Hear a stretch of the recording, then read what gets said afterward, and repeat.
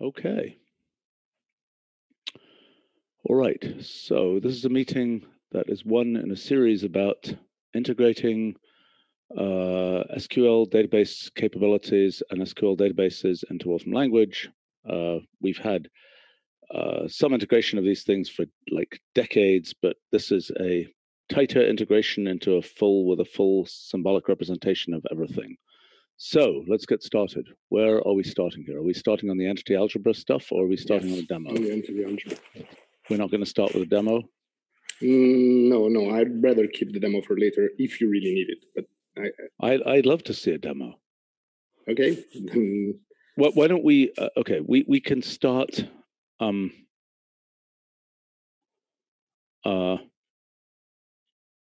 Okay, let's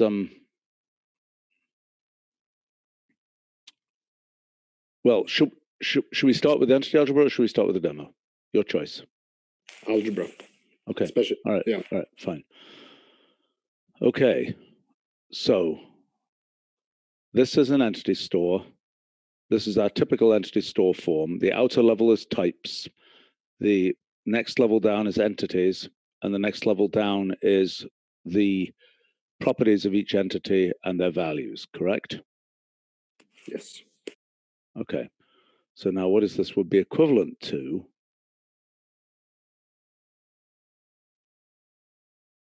I'm now confused here. I see. This is a pure multi-level. I don't understand how you disambiguate these cases. Do you understand what I'm saying? I mean, in other words, within an entity store, you're saying that you require this structure with explicit types labels and explicit entities labels here. Is that right? It's because types can have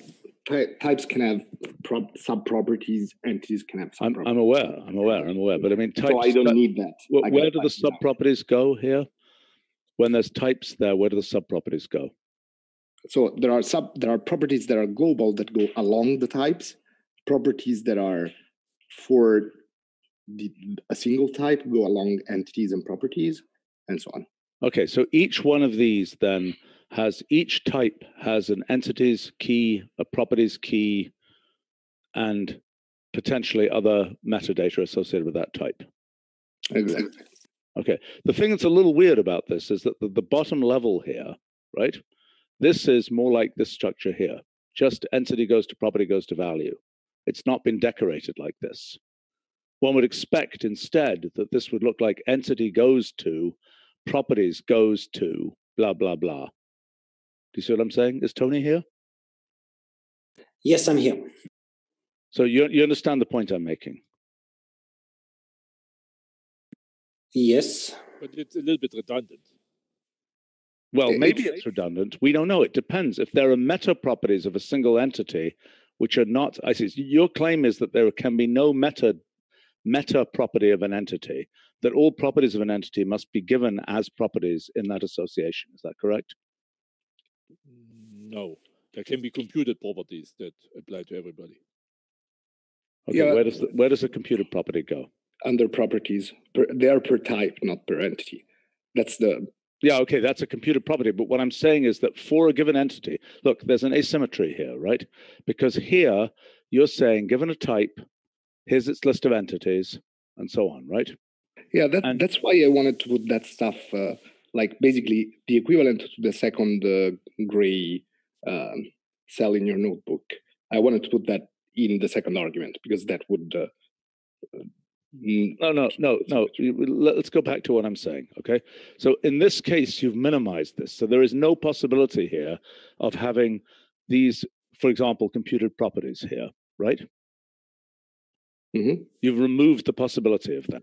That's what it evaluates to, actually. So if you don't add implicit property... No, just a second. This thing here, right, has more richness than this here. This can have, of course. Right? This can have no computed properties. Well, this doesn't have any metadata. It cannot have something that says label. That's right. So the point that I'm making is, in here, you are not giving as much metadata opportunity as you could, right? Because you've got a types level and entities level, both of which can have metadata. Do you see what I'm saying? Whereas at the bottom level, you're copying this, and you cannot have metadata. Yeah, but in a sense, the metadata of a single entity is the data. Well, that's not totally obvious to me. That's a question for Michael and Tony. Yes, one can see it like that.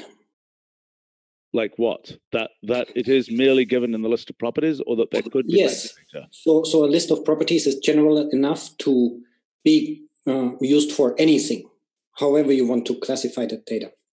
Well, the only thing that I could imagine is that there are things to do with the maintenance of the entity store that are needed there that are not supposed to be exposed. Like, for instance, okay, let's imagine that some of these properties, let's imagine there was some permission structure associated with these properties. You could not represent that here.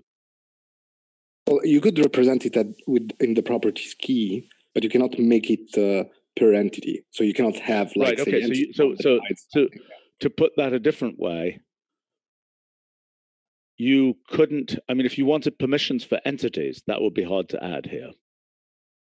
Well, it would still be possible. We just reserve certain property strings or even symbols. Yeah, but that's kind of a hack. We don't want to have to do that.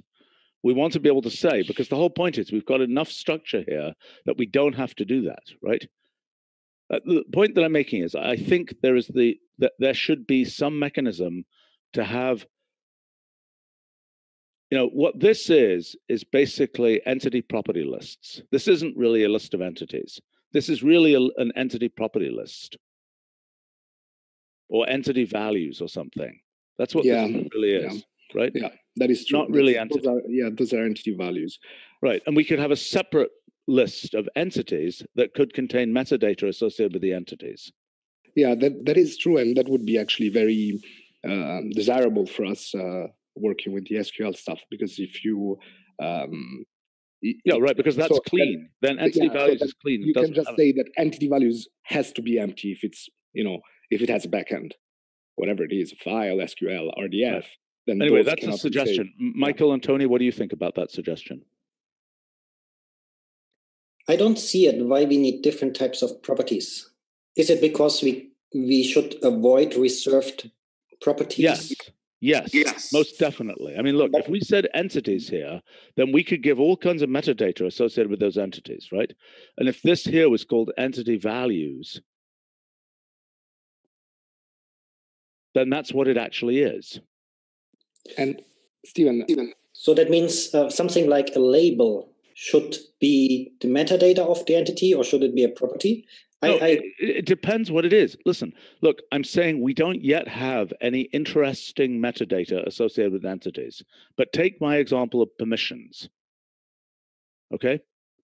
Take my example of somehow, and I don't know exactly how we're doing it, that you are, certain entities can only be accessed by certain users, let's say. Right? That will be stored there. You don't want to store that in the entity values list. Am I making sense? I'm not convinced. It is still a property of this entity. The property of the entity is that not everybody has permission. Yeah, I know, but it seems to me more like there is a set of properties you don't want everybody to see. Maybe. I feel like the difference. Okay, listen, I'm only making the point, okay? Let's move on, but I'm making the point, which I'm probably going to come back to, that I don't think this is properly symmetrical. That is, this thing here is a fully decorated form.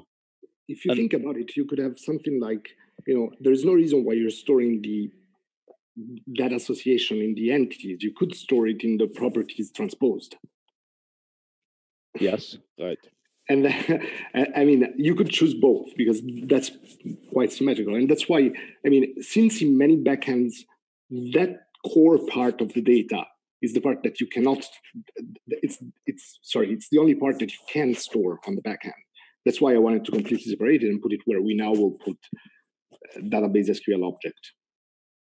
Okay, well, fine. All right. So anyway, this is a small point, but maybe an important point. Let's keep going. Okay, so this is the simplified version of that, which is just type entity property, right? What happens if the properties have attributes? This is a very simple example, so they don't. No, I understand, but what does it look like? What does the structure look like when they have attributes? It will have to look differently. There are various ways of making it. You can use support tables, or you can. But if you want this kind of 3 level of associations, you can't. Well, I understand, but we have plenty of, there are plenty of cases where we care about that. So conceptually, qualified properties are just different properties. With qualified, I mean attributes, like you mentioned. Well, like dates, for example. Yes, you instead of population, date goes to 2010, you could have population at 2010, one property. So in some sense, qualified properties are just a way of factoring a large collection of properties. So conceptually, there's no problem here. Yeah, but in practice, it's a mess, right? Well, that's also a choice, because, for example, you could decide to have dated entities and the properties be, so you have like 50%. Yeah, I understand. But still, that's kind of a mess. Okay, let's keep going. This is, I get the basic structure here. Okay, so now what are we summarizing here? We're summarizing the accessor mechanisms for these different kinds of things. Is that right? Yes. Okay, so this is the fully decorated form, is entity value of an entity of a certain type with an entity property of that type and a property associated with that type. Yep. This is the simplified form, is to take your association and simply look at part extraction type entity property. Okay, fair enough. Now, in the case where the thing is a data part versus function application. Well, we could do because I need all later. Well. 3 lines down, I need all, and I can't do all with function application. Right, but were the thing to be in a data set, you could do it that way. Mm-hmm. Okay. It would be more symmetric. Right, but so for our purposes here, okay, let's keep going. So a single row is entity value, entity property class. What the heck is that? That's like saying all the properties, because it's an implicit entity property class with no condition. Okay, so that's a kind of a clunky way to have to ask for this. But I get this way. But you can omit the second argument and just say property association if you don't want. I just wanted to make it. Yeah, but that's also kind of clunky, I think. I think that we should simplify we should provide some syntax for that, get all the properties of that entity. I find that quite useful all the time to say comma data set and things, and it's kind of clunky right now. Why all cannot work on the second argument? Can you use all to retrieve? I don't see why not. I mean, let's okay. So this would be there. By the way, let me save this. It would be. By the way, you need to evaluate all code cells before this works. Otherwise, it's not registered. Yeah, I understand. I was thinking it wasn't going to work, but will it work? Okay, can somebody remind me this is under databases? Is that correct? Is that where I'm storing it? Yeah, it is. And and this one notebook, everything works, but it's not database backed. So yeah, okay, I understand. Okay, so I might as well just run these. No, not everything works, but the first few. Okay, all right, okay, single column. Okay, so this is an entity class. So otherwise, this could be written. You don't have to explicitly put that entity class piece there, right? You could just say entity value of a type, or is that not correct? Yeah, in some places, just the type string is an alias for all the entities. Okay. Okay, entity association, right? That's of the form entity goes to value whatever for a given property. I get it. Okay, full table. Entity goes to property value, right? So that's just the inside. That's just the the type indexed piece of that 3-level association. I get it. Okay, entity list of entity class type. Okay, so that's otherwise known. That's equivalent, if I'm not mistaken, to entity list of type 1, correct? Yes. So, whatever. That would normally work. If everything was correctly registered, that would work. Yes. Okay. Okay. Entity list, entity properties. That's the list of entities, and that's the entity properties of that entity class. Okay, now this is something a little bit more funky here.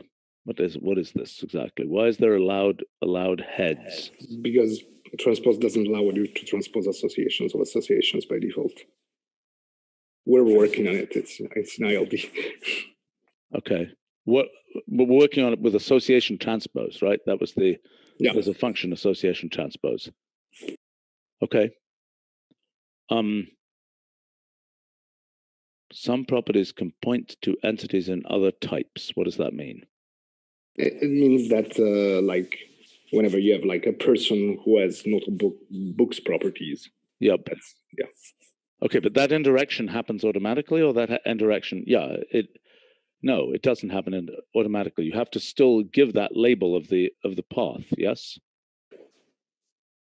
We're gonna make it work kind of automatically with the external databases. I don't know how it works with built-in entity stores.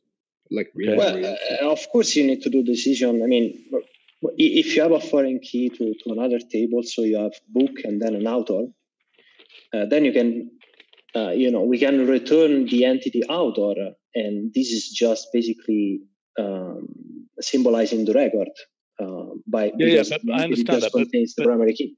Look, or you can choose to expand the and give back all the association. We need to have a way to do that. Yeah. Okay, but hold on.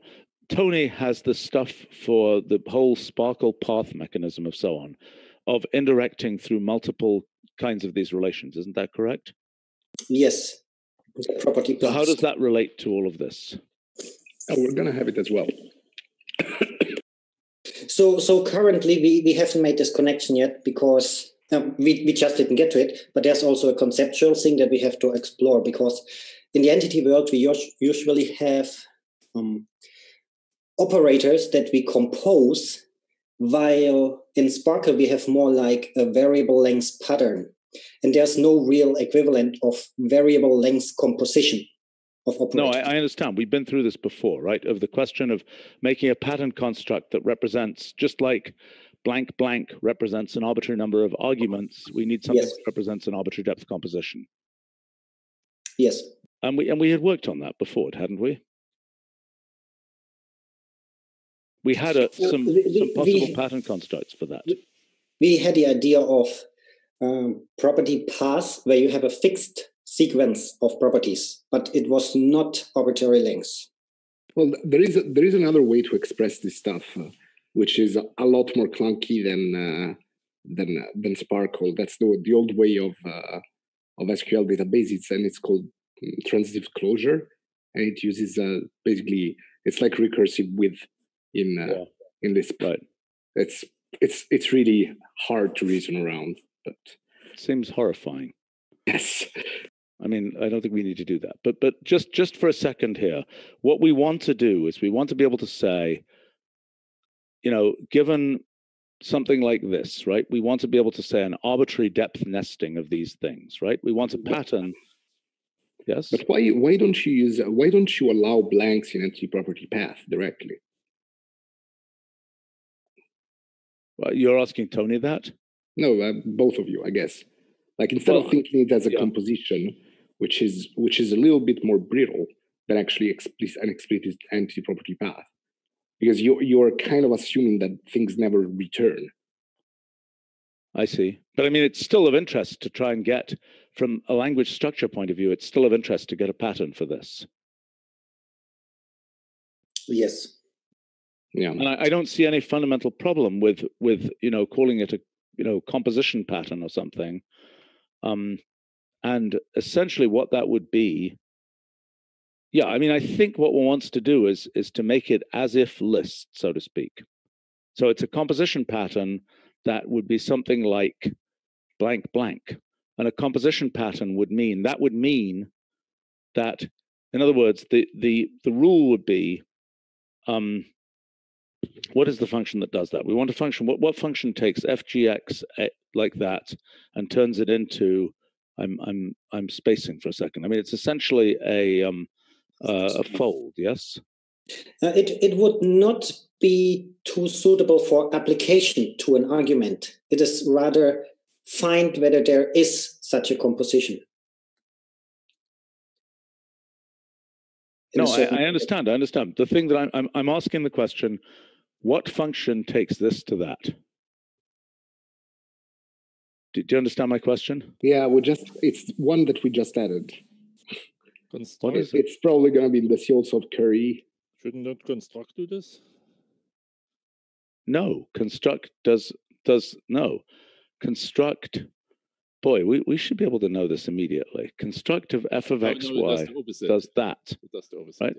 Yes. Stephen, if you want using fold, it will be fold of compose, but compose has been I understand kind that. of deprecated.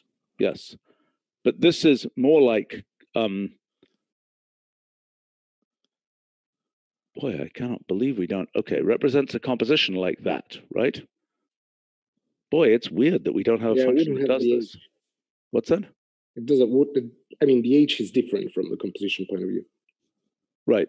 But I mean, were we to have such a function, this is the pattern version of that. So in other words, my suggestion would be that the pattern representing f of g of h of x, right, would be that we could say, if we wanted to, composition pattern. But then it's not a composition, like it's a compose pattern.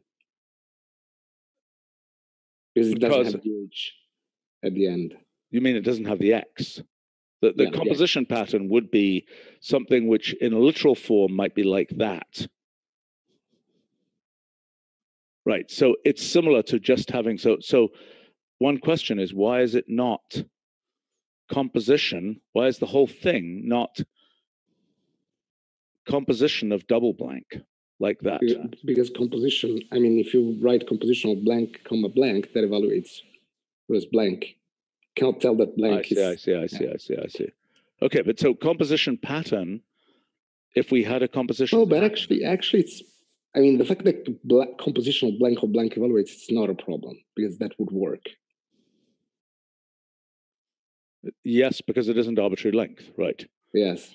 So this becomes that, which is kind of bizarre, but it's still correct.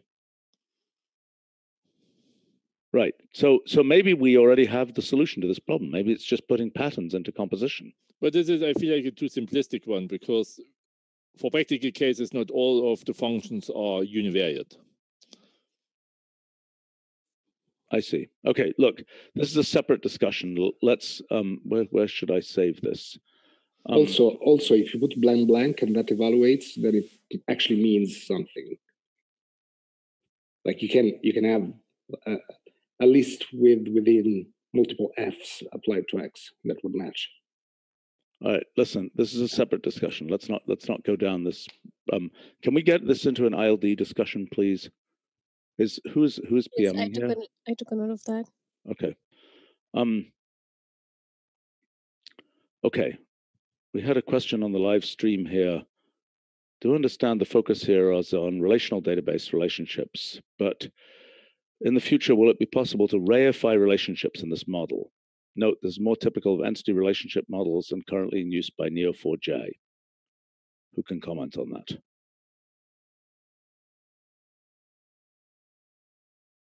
To understand what it means first. Michael, you have worked with Neo4j, is that not correct?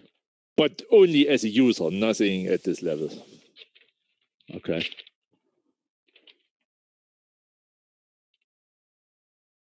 I think that the reification is one of the things that Tony has in RDF. It's like saying, so let's say I have an entity Carlo and an entity Stephen, and I want to know what the relationship within us is. It's just like employer-employee.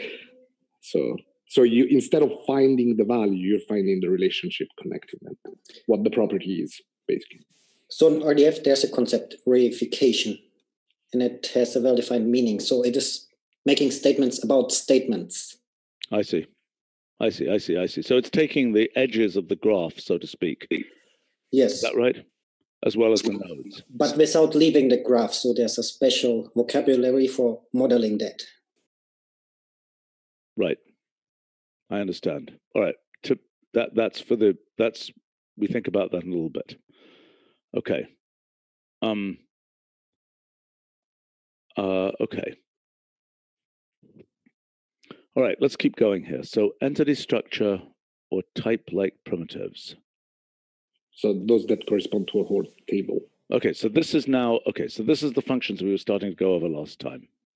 Is that correct? Yes. Okay, so this is the one that I think should be called entity selection, not entity select. Because it doesn't evaluate, right? Yes. Okay, but so you're saying this is select on the things of that type. Okay, so entity selection, I think, of type entity function requires that property be equal to this. Now, in a more shorthand version of this, we would be saying entity type 1 arrow, no, type 1 comma property 1. The shorthand of this is property 1 arrow val 1 1. Is that not correct? No, with entity class, not with entity. Okay. I find this really confusing, this entity class. That's why I tried to put this introduction on top. Actually, it's conceptually simpler because whatever has the entity class head corresponds to a list, and everything that has the entity head corresponds to a single thing. By the way, somebody is suggesting here that we use our new chat feature. It's which we should do. So people, I think Sander on the live stream was trying to send a piece of code that got garbled by some combination of live streaming software.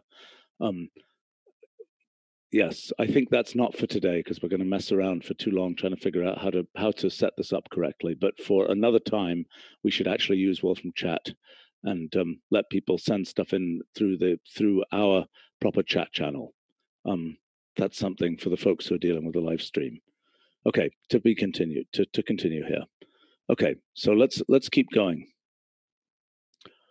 All right, sorry, you were explaining entity class is better than entity because what?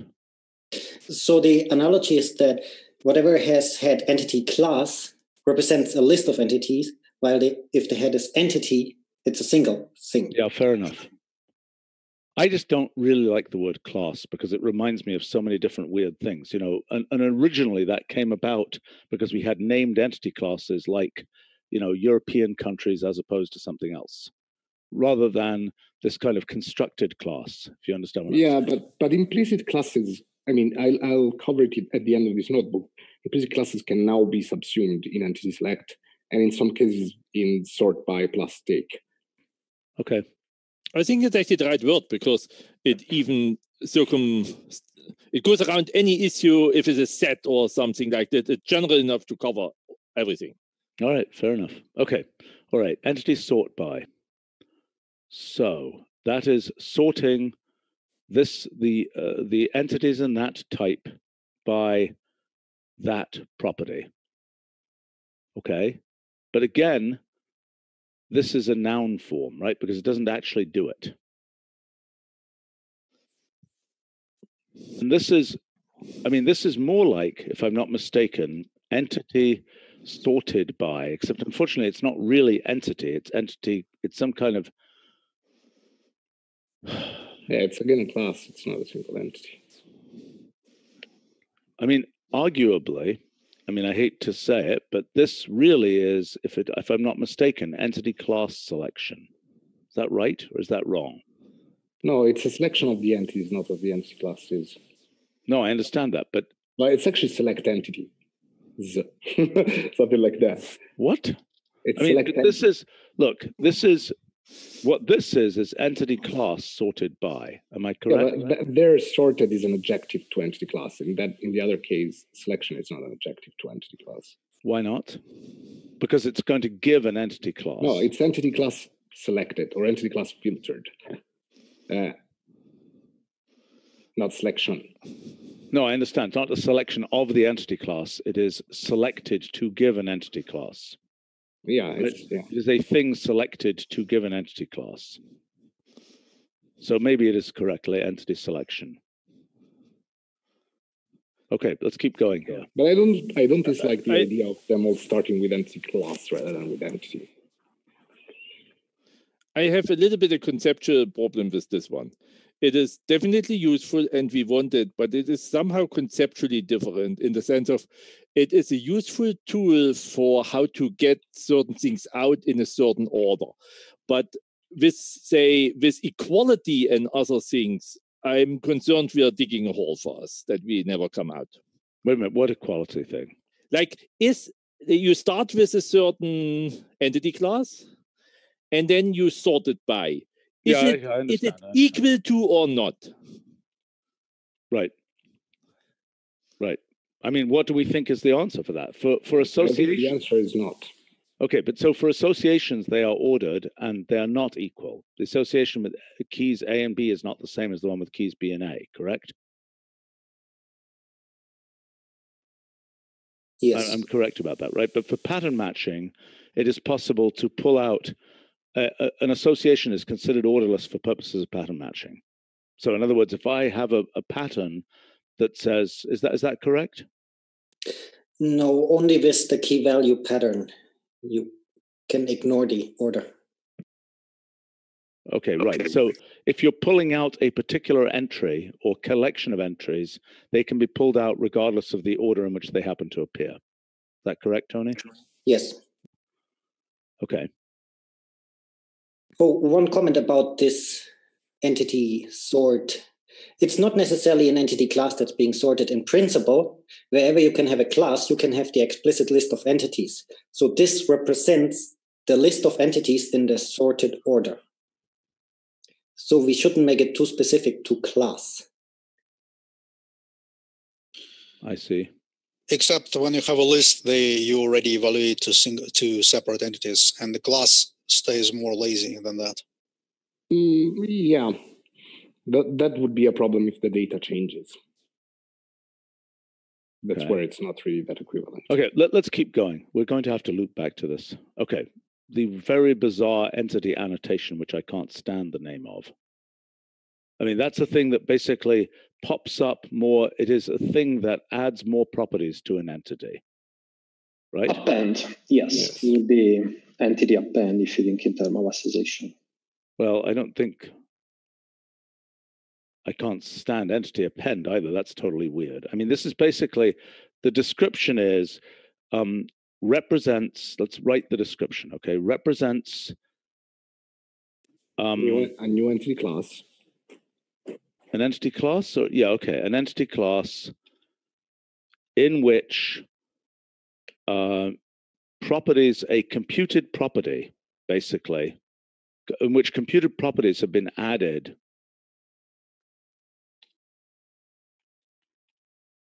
to entities, correct? I mean, the entities, it is a computed property, right? It's always it's not a computed property in the same sense as the entity store. Because if we're running this against SQL, we're guaranteeing you that this can be run against SQL. While the ones that are added in the entity store are evaluated in the Wolfram language. Okay, but that's an implementation detail. I mean, in other words, there might be certain functions that won't work here for the time being. But conceptually, this is effectively mapping onto what this is effectively doing is mapping this function across the entities and appending that property, right? Yes. Mapping a function across entities and appending a property. But it should be a little bit more general than computed, because we use computed in the sense of that existing properties are enough to express it. But you might have your very own value that you want to give it to something. How do you do that? You can put a constant in there. No, but this is by type, right? This is not by entity. This is only depending on. I mean, you could have a table here that says for this particular entity do this. That's what I mean. You have access to the X, so you have a concrete at your hand, and then you can decide what you want to give it. How does computed properties work in an entity store? For a property, you specify the so-called default function, and for each entity for which there's no value, this default function is called. Okay. So that's it. So hold on. Let's capture that thought here, because that's a different thing, right? Because that could be done here as well. right? Of default property values. As a matter of fact, there is something in SQL that corresponds to our missing queue, which is called isNull, that does just that. So if you can put something that says if isNull, and there's actually even a more compact version of saying that that's called coalesce, which means basically take the first value in this list that's not null, and usually you put the actual value in the table. Right, but so one thing we might want is to say, given in this setup, right? So a thing we might want to do is quotes annotate, and I can't stand the name, an entity class by putting by computing a property value whenever there's missing right now.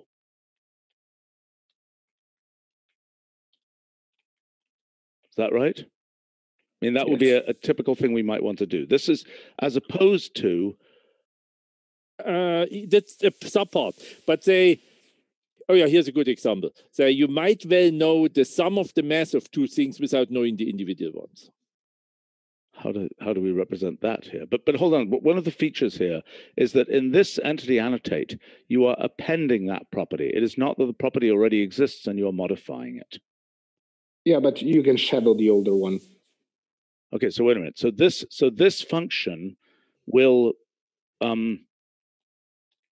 this will overwrite an existing value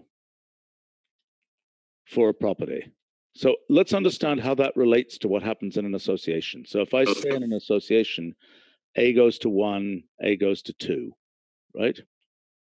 That will be, okay, so that does the same thing. So that's the same idea. Is that right? So that's why the analogy to append is so close, because an entity is in some sense an association, and then you append a property goes to value. It's not quite at the right level though, but yes, it's like an append at level. It's map of append. Yes. Okay. Yeah, we don't have a function that is doing that with the list of association. I mean, that sounds useful. Like you have a list of keys and a function for every key, and you get back a new list of association with the new key that is computed by a function. Wait a minute. Walk me through that again. So you have a list of associations. Yes, and then you provide basically another association with key goes to function. I see what you're saying. Yeah. So, by the way, there is in the chat because that was the same operation. Nicarp proposes entity bind, yes, and a few others, but entity bind I like. I don't understand it. I mean, with the word, I understand why one might say that. I'm not convinced. I just think that it's an interesting idea. The word bind is an interesting one that hasn't been used elsewhere. But let's. But you can think of binding as a mapping of appending. It's like you bind to a whole side of a thing instead of just appending to a row. Okay, hold on. Let's loop back for a second to what Ricardo was saying here. Okay, so let's understand this function that you're proposing. So you're saying, given a list of associations, you're saying, what are you suggesting? You're suggesting then you have another association of functions. Yeah, right. And you basically just map. So how does this relate to association map? So association map will take a function and map and create an association by mapping over keys, right? Mm-hmm. So this is, so wait a minute. Association map creates an association by mapping over keys. Okay, now what you're proposing is something which maps over a list of associations. And then what's it going to do? And then for each, so the new function maps over a list of associations. Well, actually, even it can work also on one association. So you have an association and an association of function, and then basically the result will be I see. It's actually, it's association through. Yeah. Is that right? It works like through. Okay, so let's understand what it is. So for a given key, right, it's going to have an association of keys. So it's going to say key 1 is F1, key 2 is F2, right? And then it's going to take, let's take the one association case. It actually doesn't matter what you take on the right. You can take anything, because then F1 applies to the right. Well, hold on. So in this case, but it doesn't do the match, Carlo. The thing that we're doing with entities, basically, you have an association, and then you have another association of function, and then you resolve each function, but then you also match. No, you don't have an original data functions when you do OneNote 8. You have one function at a time. You don't. Well, but you see that you have a rule goes to function.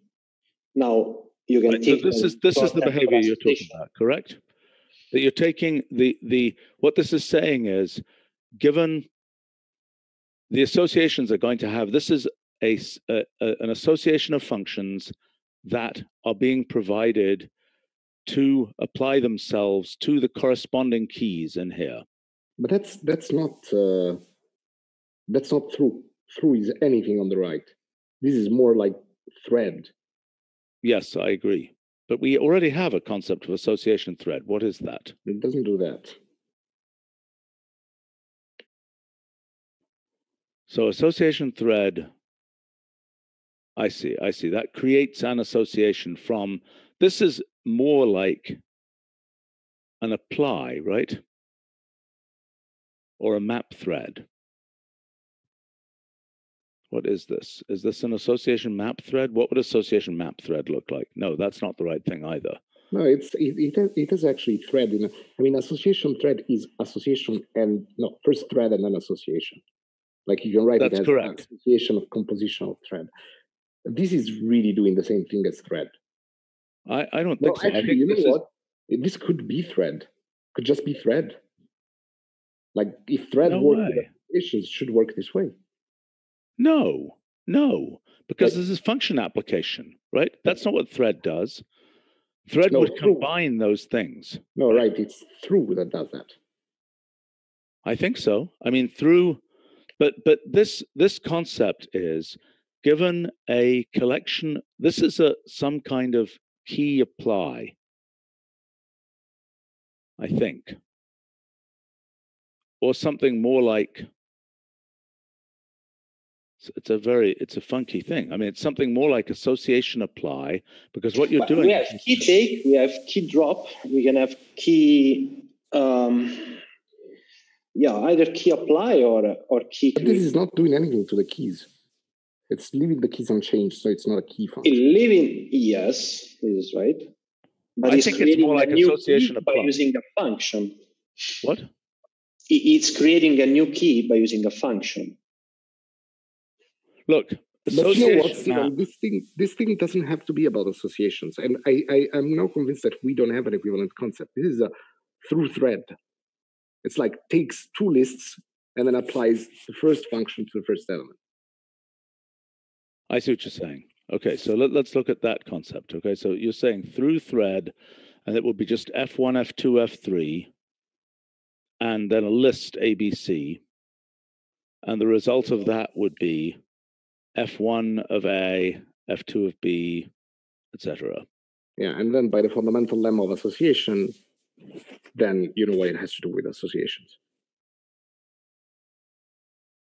Why is that through thread? Why is that? What does that have to do with through? I mean, through is one of our failure functions, as far as I'm concerned. It's been there since version 1, and few people, including me, who invented it, have ever understood it. Let's remind ourselves what it actually does. Oh my gosh, this is such through thread. If you put the list F1, F2, F3, and then just X on the right. Yeah, but let's take this case. Okay, so thread through does that rather bizarre thing. The thing I really dislike about through is that it doesn't take two arguments. But actually, that's the failure to me. Like, go on. Because this way has to hold. It's weird. Yes. I mean, look, the idea of it originally was Yeah, I mean, it had an idea originally 30 years ago, 32 years ago by now, probably. Okay, but let's go back here. I mean, this is an interesting construct. It could also be called the apply thread if it has two arguments. But it's not really what we are doing with entity annotate, right? Because with entity annotate, you have an existing association of variable length, like with 8 keys, and then you are adding 2 or 3 keys by using a function. Yeah, I agree. So it's not really, you cannot really represent applying itself. Yes, it's merging the result with existing data. So in some sense, it's doing the operation of append. Apply thread or thread apply. Apply thread is an interesting name for this construct. I agree. By the way, if you're interested in what's the closest equivalent, you expand the code thing in entity you have there below, then you can see that it's actually just map of append. Yeah, it's map append with function application. But anyway, yeah, I understand. It's map append, except that that's the case where that key does not already exist. No, I see what you're saying, but there isn't a. No, it's overriding it. Yeah. One point here is that the function here is taking the entity as an argument, right? Not, for example, an existing value. I mean, you might imagine that this function. Yeah, it's taking the whole association. It's not threading. It's applying to the whole association. Hold on. Let's just try and keep ourselves organized here for a second.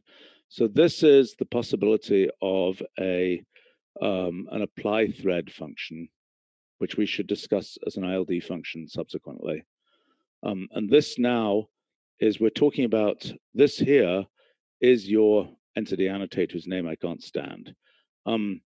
But what I'm saying is this in here,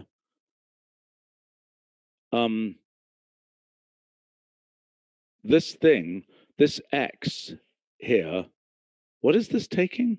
I mean, I would, one of the things that the function could take is the existing value of that property, if it exists. Maybe that could be, no, but it does. How? But that's too limited, Stephen. Because I understand. Okay, your point here is, I'm sorry. So the function takes an entity, the function that is provided. So what you're doing is, given that's actually entity value, not function application, right? Structure property one. No, I understand. But given an entity, you are applying a function of a potentially new property, right? Yes. And by the way, the idea of saying that you want to only add it if it's missing, we could call that entity imputate. Impute, you mean? Yeah, impute. Yeah, sorry. I think it's actually, we're using, I mean, actually that would be rather entity missing impute, because the function that we have in machine learning, which is not in 11.3, is it? Missing imputation? No, it didn't make it in. No, it's not.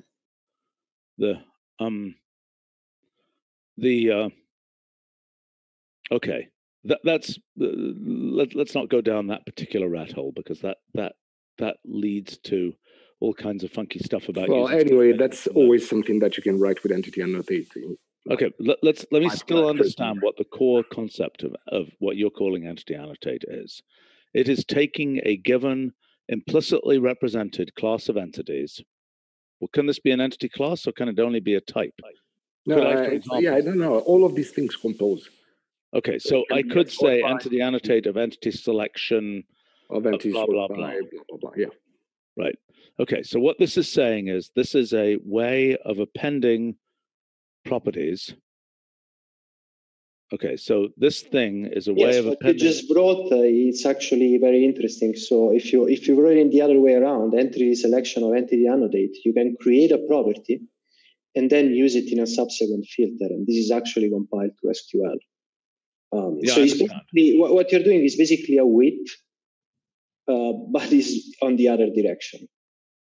Yes, but this is a way of it. The fundamental thing here is this: what this is achieving and I understand your append concept here. I mean, what would happen if we called this?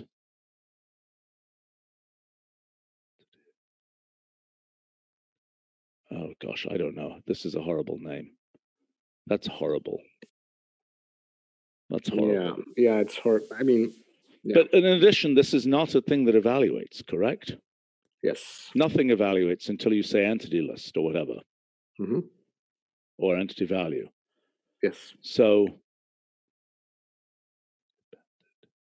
or entity properties in a way.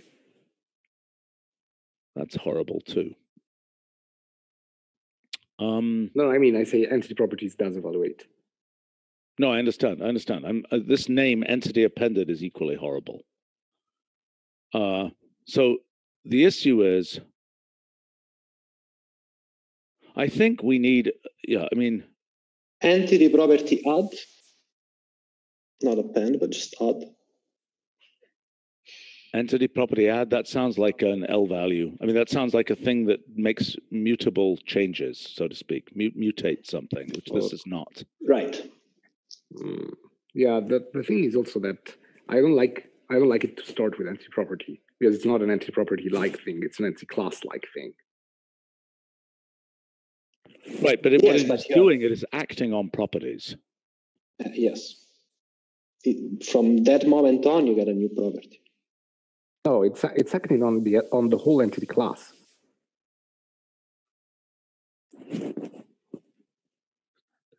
What about entity class extension? It's interesting. I mean, the problem with these things. The problem with that name is it sounds like you're adding entities, not properties. Yeah, that also has a different meaning in the Sparkle context. What would it be? When precisely defining the semantics, they talk about the entity class extension, which is the set of all entities in that class. So they're making this distinction between class and the entities that are in that class.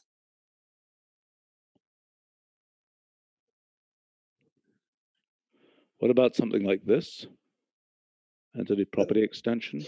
But it's true that if you think in terms of inheritance, then you are basically taking, a set of property and you're basically creating a new class that got the whole property plus those two.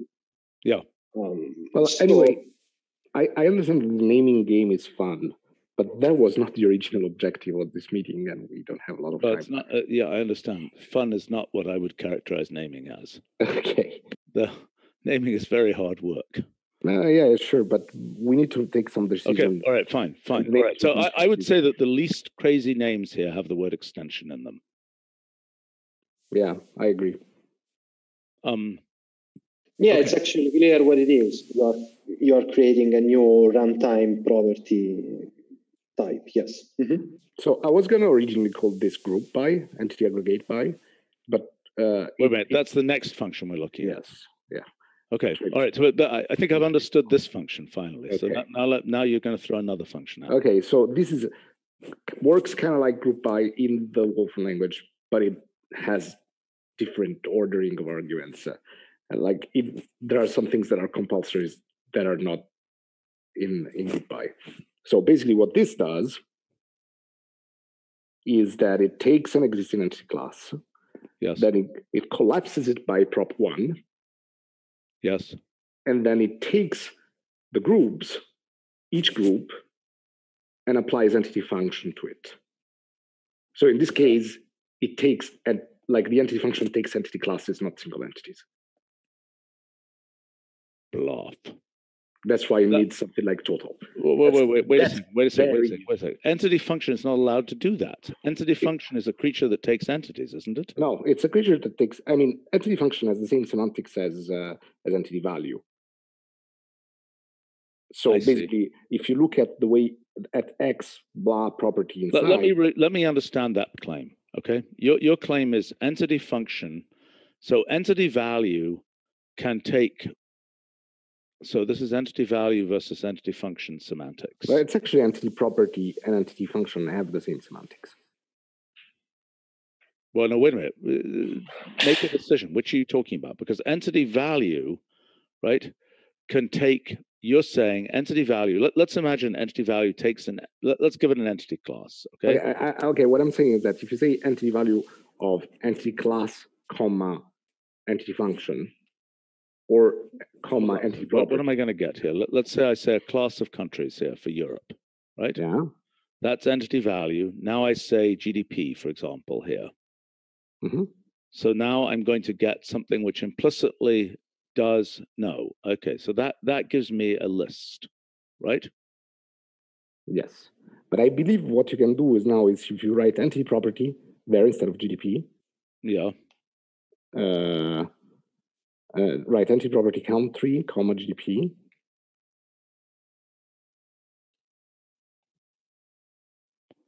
Okay. Wait. Empty list as the third argument, and then total as the fourth. Here? Yeah, it's undocumented, but just to show you that it's the same semantics. Okay. So you see what I'm saying is that an entity property, the entity property takes the whole class, then it kind of lists on it unless you do something else at the end of it, like the fact that it returns a list of the same length, or that right. But that's doing entity function like stuff with that bizarre fourth argument for entity property. Yes, but what I'm saying is that the entity function semantics is the same as the entity property. No, unfortunately, in the context.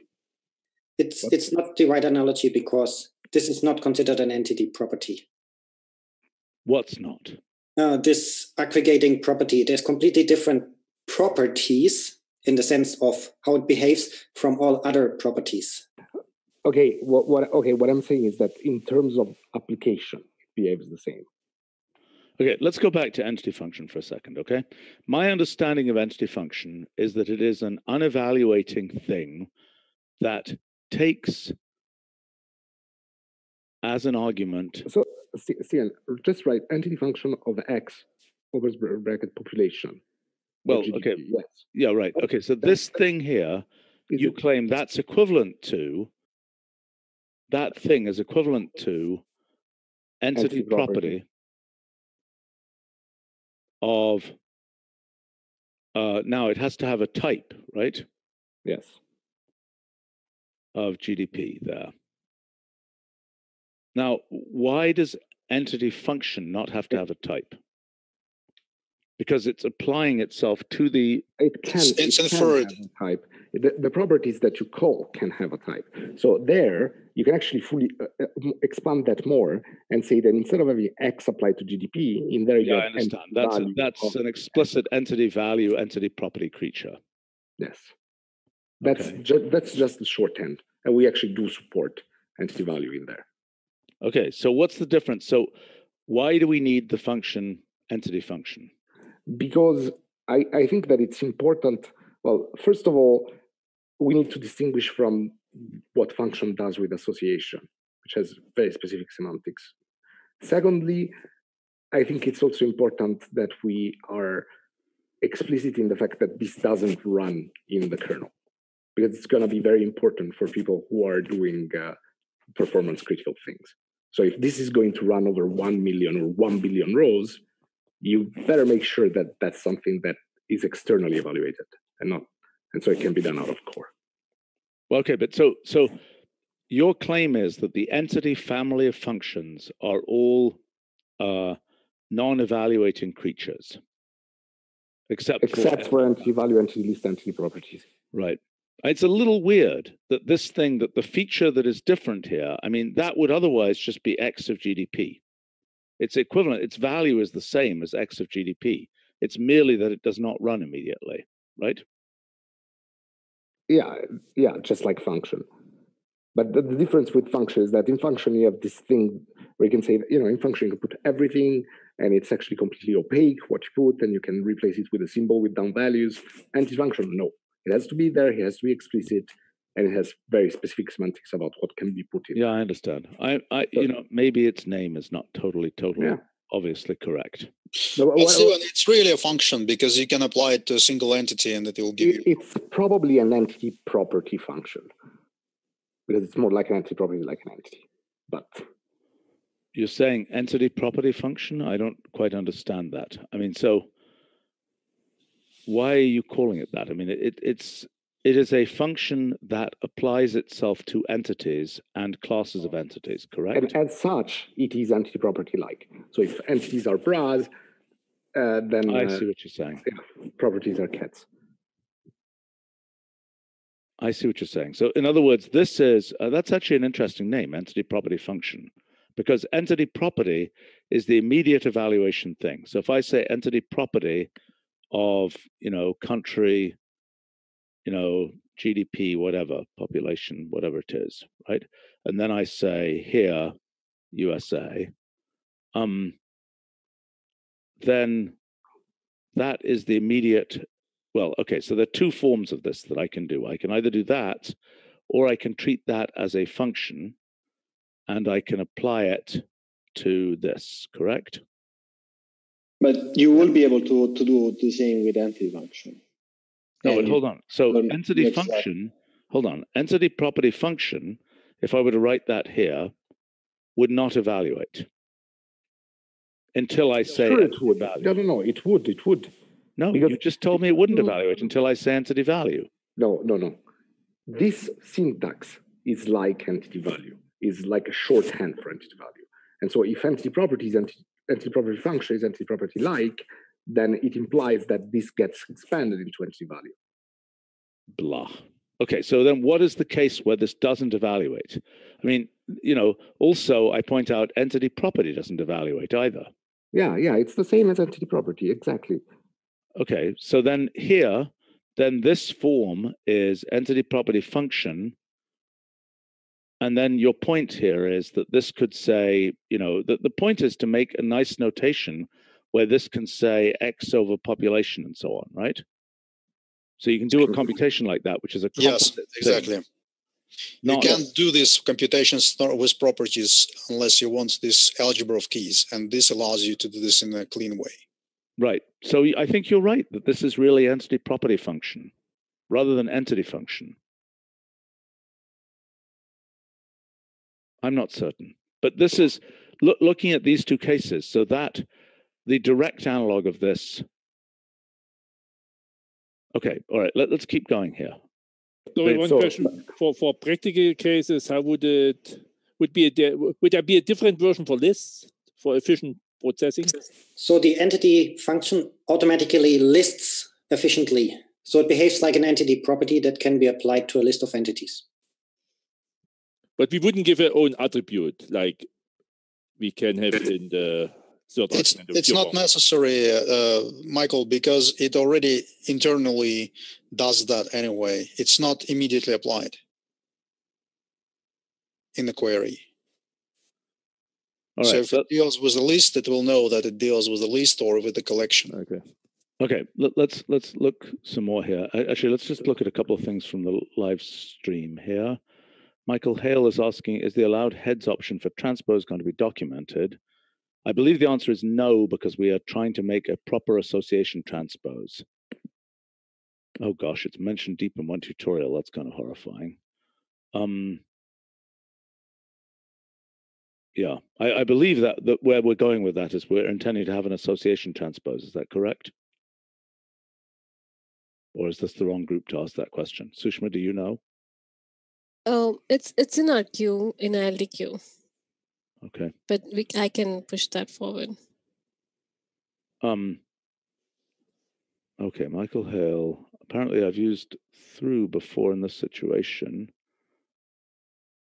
Okay, this is a discussion of through. Okay, let's move on here. Okay. Aggregate without by. Yes. Basically means collapse everything into one. So it's really like entity aggregate by with an empty list as the second argument. Wait. We still hadn't gotten through this entity. Okay, we haven't gotten through. So what aggregate does is like you have a list of countries, you aggregate by continent, and then you add some computed properties that are like the mean and the total of, I don't know, the population. Or right, but so what you're doing then is you're okay. So you've got the two steps. You're aggregating by a property, as in group by, correct? Yes. It can be several properties at the same time still. So can group by, right? Yes. Then, having aggregated by a property, you then apply a function to the elements of the to the complete aggregated lists. Is that correct? Mm-hmm. As in, okay. So why is this a single function? Because you need to do it in one step, basically. Why? Because you can't. If you aggregate and then you don't do anything, then you only get the thing you aggregated on. You don't get anything else, because most database backends don't have a way to represent arrays of things. And so everything, if you don't do it right away, so this is an implementation feature. No, it's not an implementation feature, because you always do it in one step. You don't aggregate and then do a bunch of other things and then remember that you had aggregated before. You aggregate and you want to get something out. Right, but what you're saying is for those, okay, so what you're doing here is you're saying aggregate on that property. And actually, for built-in entities, why do you need this? Why do you need that? I don't understand that. Given that property, what you're saying is... What I'm saying is that for built-in entities, you can either return list or have built-in aggregators like we do have for things like when you do... No, I understand. So okay, so the general form is a class representation, which could be just a type name. Yeah. The thing to aggregate over, the let's say it's prop ag prop, right? Yes, could be one or more properties. It could be an entity function. It could be whatever you want. One or more entity functions. How can it be an entity function? It can be an entity function. You just lose the ability to refer to that thing again. But it's basically... I'm not understanding that. Let me just understand the entity property function. Like, right. So what this does is it produces things which it produces an association which has been in which the outer layer. Let's just imagine it's a single property here. Mm-hmm. Then the outer layer are the values of that property. Well, look at the example above that. Like you see, property 1 goes to val 1 1.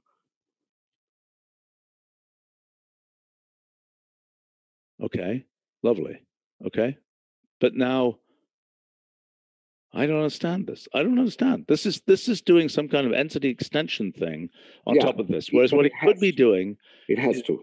No, wait a second. Why isn't it just applying a function to the whole thing? That could be a function that is entity extension, or it could be another function. Right? It could be a function that, for example, replaces this list by the total of all properties or something. Because those functions, like entity extensions, are homomorphisms in the classes. And in this case, you want something that goes from a class to a single entity. That's why. Wait a minute. Why is this going to a single entity? Because you have to flap. So let's go back to the countries. You take a single continent. What you want out is a list of Europe, Asia, Africa, etc. You don't want to still see Italy in Europe. It's been flattened out. And this is similar to what we already do with food entities, for example. It's very similar to the way implicit entities work, that they are like a mean or a total entity. Okay, I understand that, but the semantics of this thing, so there's a function here, right? And that function, and what this is saying is, take this class, create aggregations according to that property, and to those aggregations, apply this function. Yeah, but that function has to return exactly one entity. It's not an entity. Yes. It gets applied to each subclass and then returns an entity, and the new class is made of the single entities. It actually returns a property, but you can apply several functions. No, but what Stephen is saying is that if that were a function instead of a list of rules, that function has to return an entity. That's why it's a list of rules as the second argument. Why does it have to return an entity? I'm not seeing that. Okay. What I'm saying is that you are in countries. Yep. You aggregate on continents. What you want out has to behave like a new entity type, which is continent. So you just have 5 or 7, however you count, entities in it, and each one of them will have a bunch of properties. So that is a function that takes a class and returns an entity. if you want to consider it that way. And we don't have such a construct. Okay, right now. so hold on. Look, listen. Just as a practical structuring of this meeting, we clearly have more to talk about here, but I want to just get through the scope of everything. Okay, so you've got a variety of other functions that take entity classes of various kinds and return entity classes. Are these all entity class to entity class? Is that Yes, that signature? That's what I'm doing. That's what I was listing there. Okay, so this is entity class to entity class. The only one that's a bit special is join across. That is from two entity classes to a single entity class. Yeah, which is some kind of threading operation, isn't it? Yeah, it can. Yeah, it can thread. But there is also entity annotate thread that we plan to introduce, but I didn't put here because once you get entity annotate, then we can talk about entity annotate thread. Well, entity as extension thread. Oh, gosh. Yes. Okay, we've got more to figure out here, but you had another whole. What is this? This is basically once you are working. There's actually a third one. That's the one you were looking at 2 days ago. So once you operate on one of these classes, the question is, what are the entity properties that it exposes? And so basically there is a sort, select, and class that don't change the properties. Annotate, or actually extension, adds the properties. Aggregates removes some properties and adds some new ones. And so this is the algebra on the property side. Can we write that out in a more explicit, in a cleaner form than this? If you claim that this is it's something like a type algebra, yes? Yes. Okay, we should probably write out that algebra and make sure we have the different. Yeah. I have it in code actually. I have it written in code. Okay. Fine. And it's okay, already listen, let's take a recreational break and let's see Ricardo's demo, if that's okay. Sure. Okay, go ahead, share, please. Okay, so basically, let's say that you have an external database. This is the location of my database. You just run database inspect, and this guy is returning an object with all the information about the underlying database. Why is it called database inspect? Why isn't it called database connect? It's actually doing an operation of inspecting the database. So it's connecting to the database, and then it is executing some query in order to see what's inside. When you connect, but ultimately it's returning a database object that happens to have in it information about what's in the database. Yes. But basically, is there a separate function, database connect? I thought we had such a function. We have such a function, but this function just connects to the database. It doesn't need to waste time inspecting the schema if you already have the schema. So this is actually an operation that you do, and you perform this operation, and now you have a representation of the schema in your notebook at that moment. And then basically you just call entity store around the schema, and you register them. And this is basically. By the way, why aren't you using register entity store? I can do that as well. Okay, yes. it doesn't matter. But I want to come back to this database inspect thing. Why is? Database connect will also return an SQL database object. Is that not true? Right. Okay, but this is database connect will return. Sorry. Database connect will return a connection object.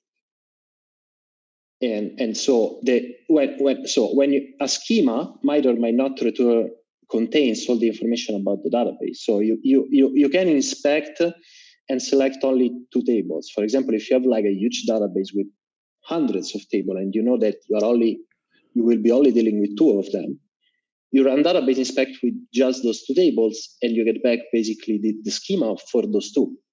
I don't think the word inspect is the right word. What this is doing is and by the way, database object suggests it's an object that represents the whole database. What you're saying is it's a particular what of the database. Yes, it might be a subset. It's yeah, actually. I know, but what would be the name that you would give to such a... No, but it's a database, and then it contains tables. It's the whole database. It's the whole database, but Stephen is saying that it's not the full database because it might contain other stuff that are not there. And that is correct. I mean, in code, you can have a representation of a database that you know at that moment. Well, so roughly, this is some kind of database view. Is that not true? The thing that you're returning. No. We can't use view. No, it's view already. It's taking a snapshot of the database. Yeah. All right. So someone from the live stream says, "Why not just apply a meta?" But that may be in response to something. Is that in response to something we're talking about now? I'm not sure. If somebody understands that. No? Okay. All right, let's move on. Okay, so first thing I'm flagging here is I don't think these names are quite right, but that's very beautiful that you can get to, from that database, you can now, okay, so now what? Yes, okay, so basically what this guy did automatically is that, there are several tables and one happens to be named title. And so basically now you can directly refer. One thing Ricardo, is that entity store called with the SQL database object evaluates to a form where there's a first argument that's a lot like the one that Tony has, but contains no data. So that means that you do get automatically constructed metadata about this stuff, and that you would then annotate it. What the heck is that? That thing there, what is that? No, that's all the metadata you need. Wait. Don't delete that. Show that again. Mm-hmm. It's not formatted, but basically that will say that, there is an entity of type editor. It will actually be more verbose. But this isn't right. Type. This is not a Tony form thing. No. Right? This is a bizarre skeleton of your compressed 3-level association. No, it's missing. It's just missing one thing, which is type. No, it's missing several things. It's missing type. It's missing entities. It's missing. We'll never have entities. We'll never have entities because the entities are provided by the underlying. I understand. Okay, yes. You're right. But then properties, when you say properties there and the right-hand side is a null association, I don't understand what that means. Tony, can you comment on that? That's the same thing. Tony had to leave. Okay. No, but it's we just copied it from what it was doing. The empty association. Okay, so the point is that it's saying that there are no properties, there are no meta properties of that property. Exactly. Right? No. Okay, fine. It's a little weird. Yeah, maybe we could allow, like, if there are never any meta properties, that property could be instead of an association of empty associations, could just be a list. Maybe. Okay, well, that's possible. But I mean, you're saying there's one level of type decoration. That's missing there. Yeah. Okay, fine. All right, now, entity list. So given this, wait. Ricardo is jumping. Okay, so given that entity type title, okay, you are then generating an entity list of the things with that entity type. Yes, so this is a test database that is called BookBits, and it contains several tables, and title is the title of a book. Yeah, and this is the idea of actually, Ricardo, maybe it would be nice if Leonid remembers the incantation, we could show the graph of the schema. I'm not sure how to do it. It should be a method of this guy. I cannot remember it out of my head. It's called it's some database utilities, if you can call those. Then it's called database table graph plot. Database table graph plot, like that? Yes, but you need to load database utilities for that. Database utilities. Databases utilities.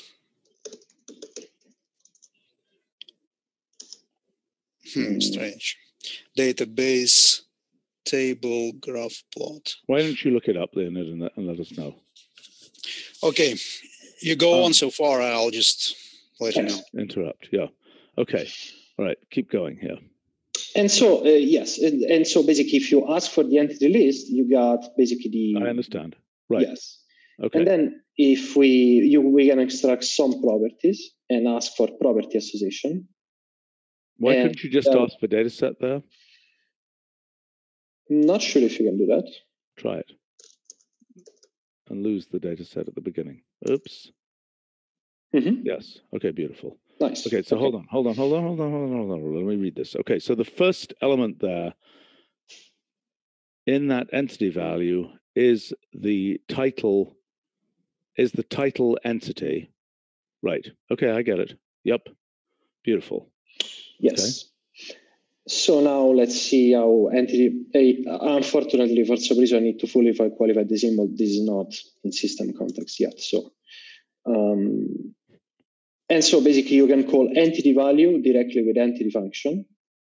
And so this entity function. Okay, so that wait a minute. That's using the duality with entity property there, because naively I could also do, if you say entity class title, and I don't understand why there's that null list needed as the second argument there, but anyway, if you just say, just try the following, just try the following. So, not that. Just try entity value, open bracket. Make a new cell. Okay, yeah, all right. This one? Yes. So I found the function if anyone is interested. Okay, hold on. Just say quotes price there. Okay, so that will give okay, great. So that gives a list of the values of price for each entity of type title, correct? Yes. Yes. By the way, Stephen, I wanted to point out something. SQL has different semantics than the Wolfram language here, because 2 times missing is missing.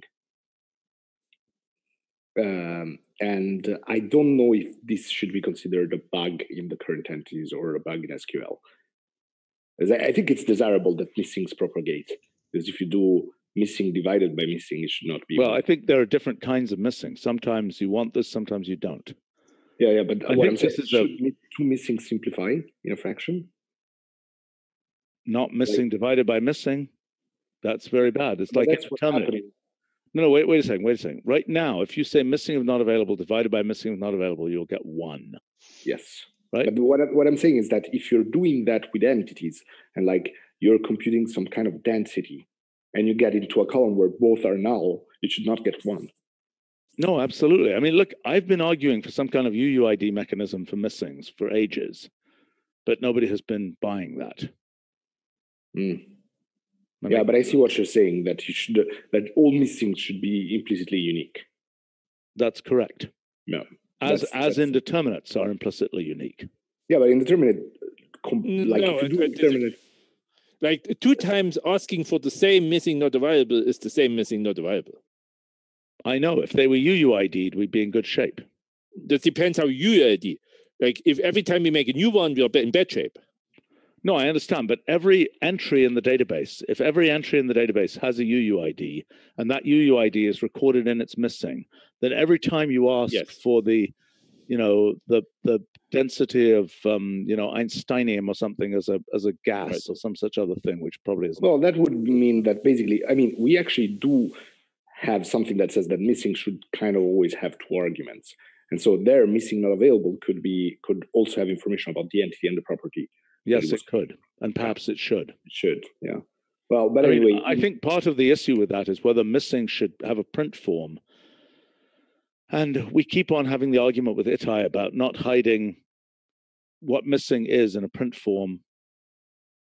And then, like yesterday, he was trying to introduce some other weird thing that hid the structure in a print form. So I don't know what you just, Michael, I'm curious what your view is about whether missing should have a more, content hiding print form. I would say yes. That's what I think too. Well, all right. So that's a separate discussion. Can we please bring that up? Sushma, I think that's for you to bring that up. I guess it can be an ILD meeting, although I think it's going to go kind of long. Okay. All right. So let's keep going here. Now let's. So would you want to look at the visual schema? Yes, let's do that. So I renamed it apparently. So it is database schema plot.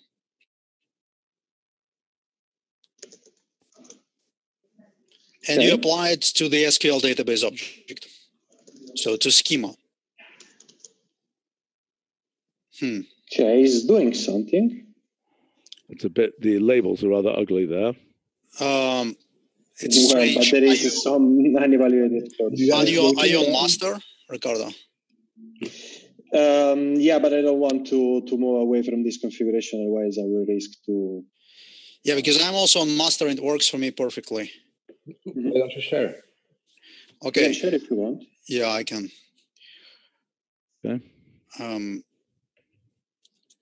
Okay, so basically, wait, I think I did something. Okay. Yes, so this is how it looks. You have several tables and you can That's quite expand beautiful. what colors are there, but it still has a status of utility function right now because it doesn't scale to many more tables so far. But you can already. What is this, by the way? Is this using a standard graph structure? Yeah, it's using layered graph plot, and I just introduced a custom vertex labeling function that represents the tables via the inset. So okay, so hold on. Let me just understand those arrows. An arrow means what? The arrow means that a relation. So in this case, for example, let's take the title and the publisher. Yeah, okay, so I get it. You Yeah, see, right. there are many titles. Title. Publisher. Yep. So, by yeah. the way, in terms of this reification thing that was discussed earlier, the dual of this graph is, I mean, those relations could be, you could make a dual version of this graph, yes? Yeah, but that would be hypergraph. Yeah. Why? Because you can have multiple, like, look at title, it has 4 arrows coming in. Oh, yeah, okay, fair enough. Okay, so that's not so useful. Okay, well, that's cool, very nice. So the question of scaling for this, is it the case that if we expect bigger ones of these, that we really need something more like what System Modeler does, where you can click an area of a graph and hierarchically open? Yes, it is the case, Stephen. And the other thing we might find useful here would be to filter out certain connections that we are not interested in. So yeah, but that is something that we should really do also in code. Like what do you mean? What I'm thinking is that, for example, here there's the title. So if you look at title editor and title, yeah, that relation, you're actually trying to represent the relation between the title and the editor. It's only that it's a many-to-many relation, and so SQL implements it with a support table. Yes, but it's more than that because it also contains. It's more than that. But suppose when you're constructing the entity store, you might want to abstract away title editor and just make delete that thing and just make a big edge from editor to title. Sure. That is not a foreign key, but it's a many-to-many. So sure. there are ways of looking at this. It's actually very powerful to reason at it. But sometimes the supporting table might contain other data, that's exactly what I said here, because there are 4 other fields. But in many cases, what Carl is saying is that it will be only for relating to tables, and then we could use some different kind of arrow to represent that. And another a different thing, Carlo. I was meaning that in some cases, instead of what Stephen is saying, that we may zoom in certain part of a larger structure. An alternative would be that we'll have a way to specify only the relations we want, so that we only kind of cut out the tables we want, and there will be smaller number of them. Right. I mean, look, the general thing that we need is a version of graph in which a supernode, in which you can have supernodes that have some kind of click behavior. Yeah, but this is not strictly hierarchical, you see. It's not hierarchical at all. No, I understand. But where you can take a subgraph of this graph and say, compress it. I mean, that's similar to code folding for a graph, so to speak. Yeah. Anyway, there is another thing that I wanted to say about relations that actually, I'm sorry. That particular issue about kind of subgraph, what can we call it? Subgraph elision or something. That is a discussion that we should have, because that relates also to the way that system modeler stuff is put into the language. And that probably is a discussion. Sushma, maybe you can get that discussion to happen that will involve Charles and Roger and some other people. Okay? So subgraph elision for system modeler and database schema visualization. Okay, sorry, go ahead. So what I was saying is that imagine you take, again, a relation like this that is possibly many to many, and you say like it's wedding between people. And then you might have a table with the weddings that also has start date and end date of weddings. And from that, you could construct two different types of relationships, which is like current wedding and all previous spouses of a person. Wait a sec. So, by the way, somebody on the live stream is asking, can one annotate this diagram with runtime information like the dimension to understand the size of these tables? I would imagine the answer to that is yes, right? Yeah, certainly. I mean, the thing is that it would, you inspect, it tells you what the dimension is, and then maybe 5 minutes later, it's twice that size. That's fine. Yeah, but if you are doing read-only, then obviously the sizes of the tables are not going to change. Yes. So, now, entity count should give you this information in any case. yeah, but the question was probably about the visual way to represent that information. We surely can add that. But does the database inspection, does looking just at the schema of the database tell you the size of the... No. You need to do a count. Query to do that. Yes. Count.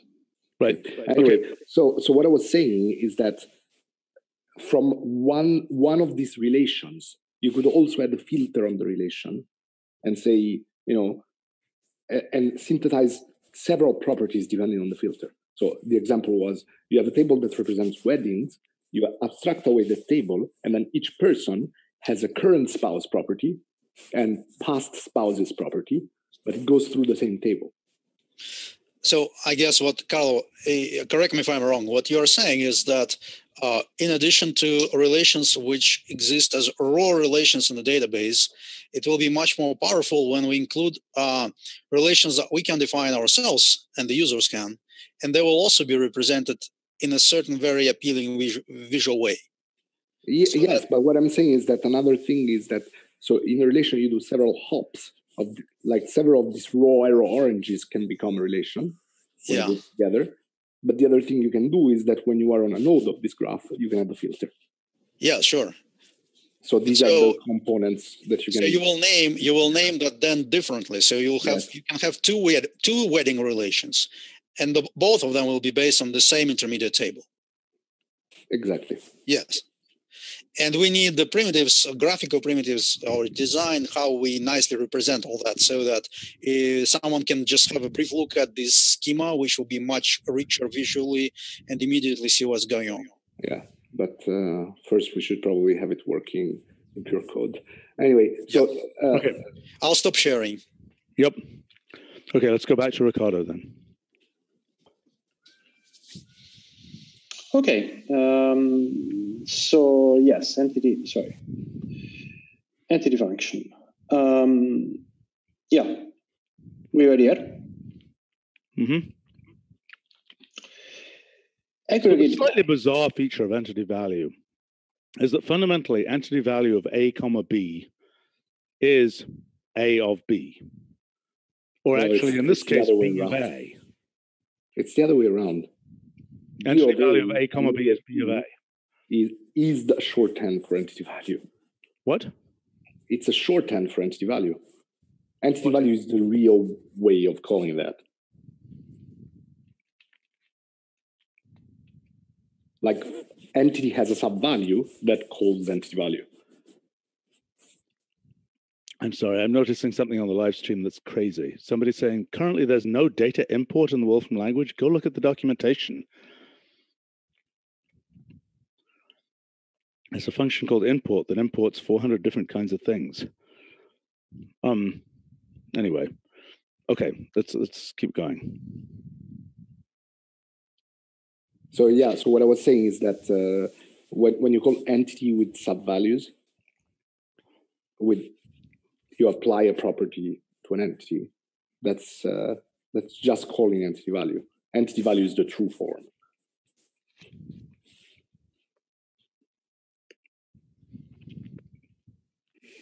You know, it freaks me out. Somebody shouldn't have sent this through in the live stream. It freaks me out that people think that you can't import data in Wolfram language. Like for 30 years, you've been able to do that. It's kind of what on earth do we have to do to get people to actually understand what maybe they meant something more specific, Stephen. Something like importing from a database as a kind of a direct SQL format or something like that. Who knows? Okay. All right, to be continued. Okay, so keep going. Okay, then we have entity aggregate by. And what this thing is doing is that that's without by. Oh yeah, right. Because then I have entity aggregate by. So this is entity aggregate. Takes a class, creates this new property. Okay.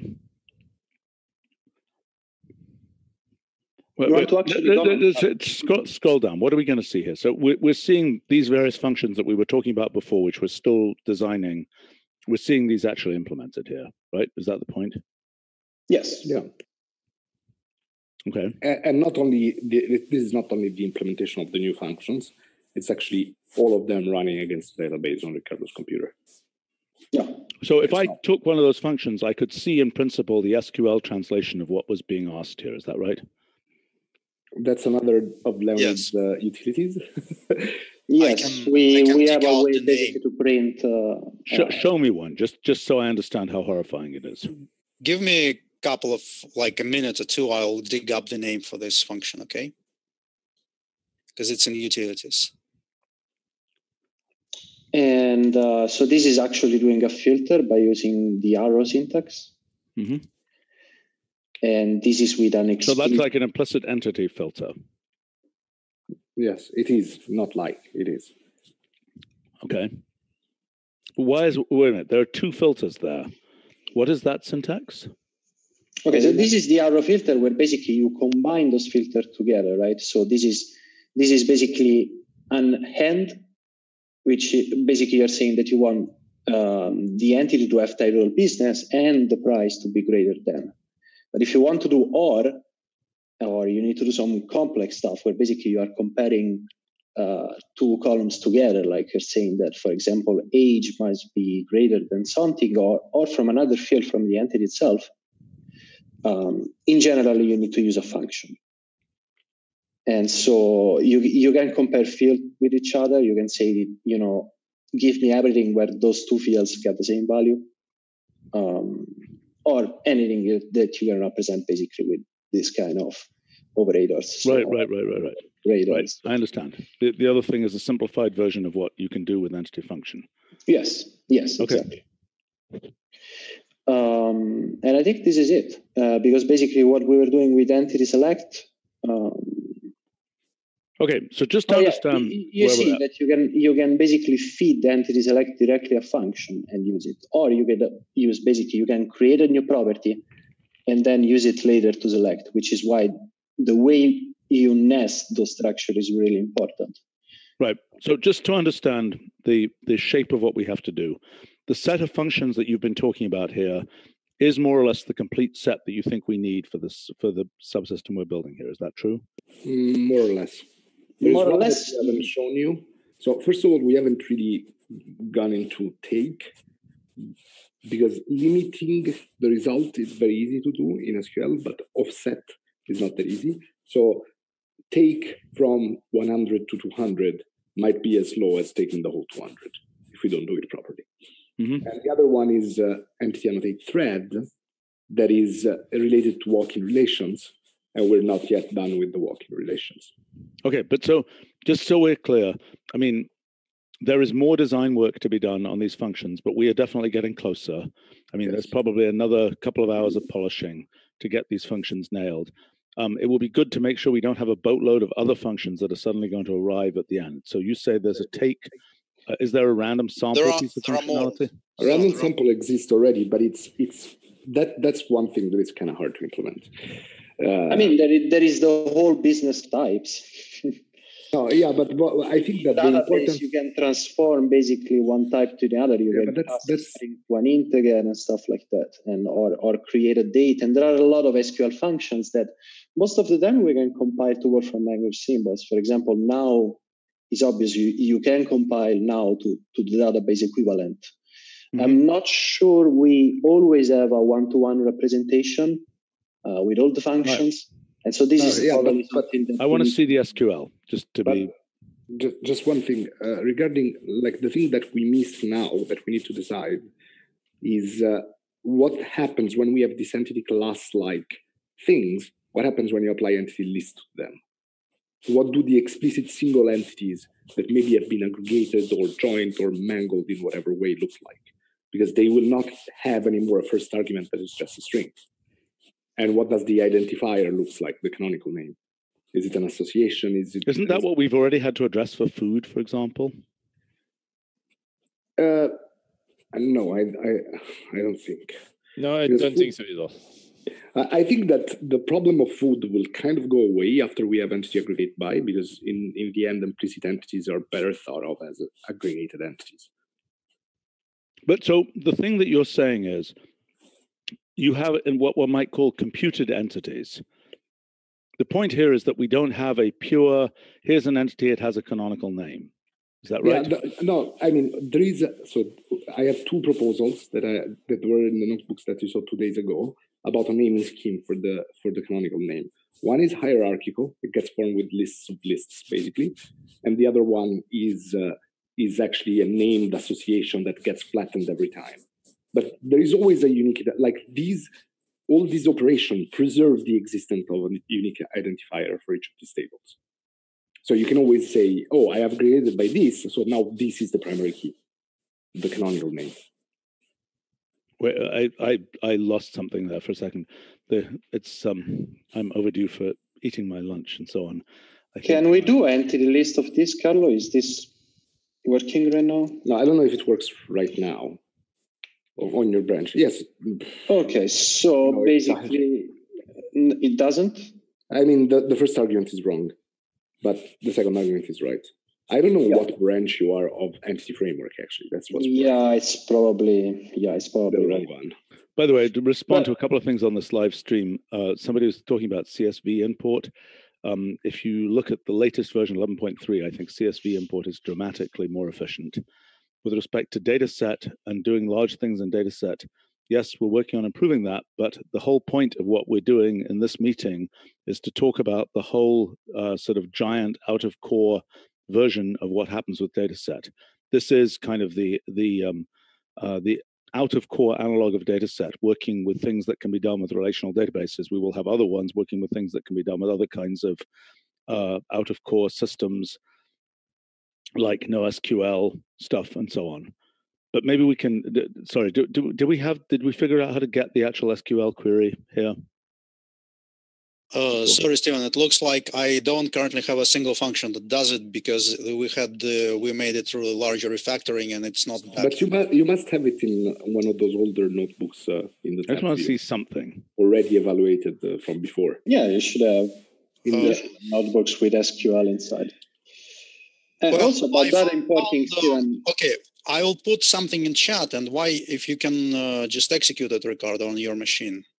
Or I can do that if you want. I can just share. Why don't you share? But actually, I have a question, which is, with our modern way of just being able to type a greater than sign and then being able to type kind of foreign language stuff, external language stuff, is there any chance that we can have people actually type raw SQL in some way in such a thing? I was thinking that as well. Yes, it will be interesting because basically we want to expose a way that, out of this schema and something, you are able just to get back the SQL. What do you mean type raw SQL, Stephen? Like have an SQL cell. Yes, we already have it, but it's I am representing to you right now. I type SQL cell, right now it's in utilities, and I say select, for instance, the title. How did you make that syntax coloring work? Well, we were discussing that. I developed it like several years ago, but we discussed it with John Fultz, and so he says it can't be made stable enough to go into production. But for our internal purposes, it works pretty well. Okay. From title, and I execute this, and here we go. So just so I understand, this is you're running an 11.3 here. Why don't you type a greater than sign at the beginning of a line? Greater than? Yeah. No, you don't need an equal sign. That's a Python cell. Yeah, that's a Python cell. So what would you? I don't know. So the question is, can we do a similar thing as an SQL cell? I mean, if you press the Python logo there, you'll see that it has a pull down. For right now, you need to select. You need to select an available database. So of course you need to register a database before, and then. Yeah, eventually we probably can. But the highlighting that is here right now it's a completely different. I understand that. I'm just saying in terms of what the thing will ultimately look like. The point is, if somebody is working in a notebook and they say, oh, I just want to run this particular SQL query, they should be able to type that SQL query into an SQL cell and then get a result back as Wolfram Language data. Yes. So yeah, we can do that. We can do that, but we will need some design to figure out what will be the convenient interface for people to switch between databases and things like that. Yep, I understand. Well, I mean, I suspect what will happen is that, very soon, that thing which right now just has 2 languages is going to have 100 languages, and so the interface will change. Yeah. And so basically, when you configure external evaluate of SQL, you will also say connect to this database. I think so. Yeah. So anyway, typing SQL is kind of available even now, and we can probably make it, highlighting a separate issue, but making sure that we have a cell like a Python cell that connect to a database is certainly possible. Right. So the analog, just so we understand, there's a UI version of this, which is the cell, and there's the external evaluate of string version, which we also need for the SQL case. Yes, we kind of have it already.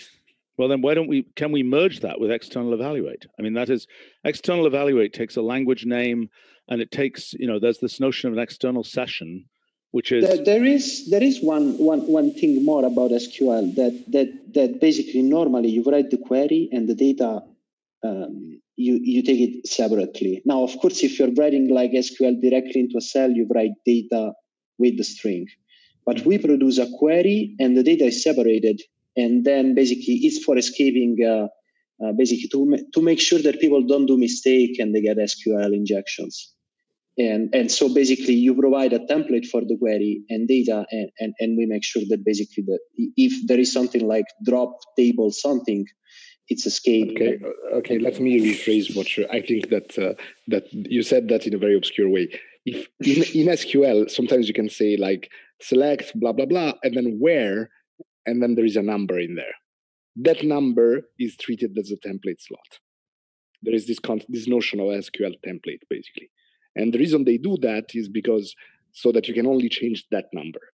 And you cannot change the rest of the query. Yes, if you have unsecure data and you merge it with the SQL, if it is something that you do like trivially, you may end up having SQL injections. So my only point is that for external evaluate, you want not only the string, but you also want a separate data that you want to provide. So you provide an SQL query with a slot and data, or you just provide everything. But by the way, external evaluate is being updated so that the string it takes from the external language contains template string slots.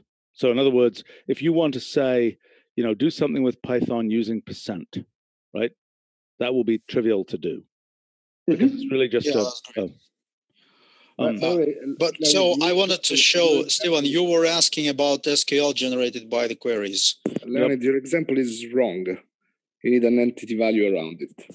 It's an abuse of notation, what you're doing there. Yes, that's right. Entity value, and then something like some list of properties, maybe. So this SQL looks very simple. Well, it's a simple example. So in more complicated examples, you would see, but generally you would see SQL pretty close to how one would write it normally. So there won't be if the query is simple, yes. If basically you're doing joins and you start doing operation with annotation and you're shadowing, then the SQL gets complicated. But we try to keep it as simple as possible so that you can actually read it. But we're targeting this SQL to particular database backends, true or not true? True. Yes. And what types of things change as you go from one backend to another? certain operators have different ways of writing them. Certain functions will be different for different backends. So certain notations such as conversion to different data types will be different. Okay. And what data type conversions? So we're dealing with all of our standard types, including dates and things like that. Yes. Not all, but many. So there's actually one. There are a lot of problems there. Unfortunately, for example, some backend. Sorry, I'll just say that and then I'll let you speak. Sorry about that. For example, dates. SQLite do not implement dates at all, and so it's impossible to represent them. So if you want to have dates in SQLite, you need to represent, I don't know, like an integer from 1970 or something, and then do operations with integers, or sorry, reals. And so basically there are all kinds of issues with, that backend supports that thing in that way, like timestamp, it's different. So there are all kinds of difference there that we need to get right. But I think it's a matter of different discussion, completely separate from what we are doing right now in general. Okay, all right. So just to structure this, and then I need to go. Okay, so what's it? There's one thing I wanted to say that it's a bit gnarly with the Wolfram language is that all databases support decimals. And then there's the question of how do we represent a decimal in the world? Wait, what is a decimal? It's like binary coded decimal? What? No, it's an arbitrary precision number. It's not necessarily binary coded, but it's where the precision is decimal, not in binary. Oh, where it's a decimal number, it's a certain number of decimal digits rather than a precision as a binary. Yes. Yeah. It's used for accounting. Yeah, mostly. Yes. Well, that's a separate discussion. We should probably have that discussion with Mark and Rob and people like that. Yeah, because they have very specific properties of precision carrying. Like if you multiply 2, the precision gets larger. Well, right. Okay, fair enough. But I mean that's a specific type you're saying in the case in these databases. Yeah, yes. It's Okay, all right. Let's just tying off this meeting, right? So can we make sure we have a complete list of the functions that you think, actually a couple of questions. So the implementations that you have are robust at this point, is that true? I mean, the thing you were showing me is a real implementation of all this stuff. Yes. It is. There are some issue with efficiency right now, but and also with types. Yes. Like we don't yet support any type of casting from one type to the other. But if I throw you a terabyte-sized database, there's not an issue. I mean, it will just sit in the external the query is actually computed on the database. So yes, I mean, it's just a matter of transferring data.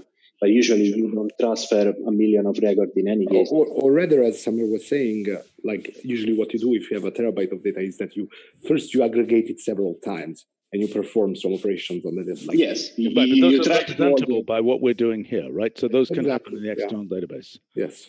All right. So, but maybe one thing that we could do is to start putting all these branches on, supposing that the build issue is fixed, we can put this stuff on the prototype build. And I think you should do that, yeah. It would also be very nice to actually start running it against some of our internal databases. Yeah. Presumably we can make the connections and so on. We have some databases, I don't know, like the bugs database. What about that? Didn't you already run it on it? Yeah, it was more of a toy implementation. But I know, but let's run the real implementation. It's a fairly large database. We should be able to run it on that. Yeah, it's actually tiny for the standard. How big is it? Do you know? Well, I think we have 300,000 bugs. Yeah, but they have quite a lot of data associated with each one. Yeah, sure. But it's like if you look at the species in alpha, that's 1 million rows. Yeah, right. Okay, so take the species database too. But okay, so we've got real. So this stuff should work for real. So what we're trying to do now is to converge these function names and semantics and so on. And we're definitely getting closer, although there's definitely some more work to be done. I mean, I'm predicting it's another probably 4 hours of work. Is there any documentation that's been done yet? No. I don't think so. No. Okay. All right, but I mean, this, you know, we're going to end up with like on the order of 8 to 10 functions, roughly. Is that true? Yes. I mean, I'm suspicious about this entity function thing. I know that I think I probably invented that name, but I'm suspicious about the name now. Entity property function is way better, I think. Okay, well, fine. Then that's an easy change. So, you know, just to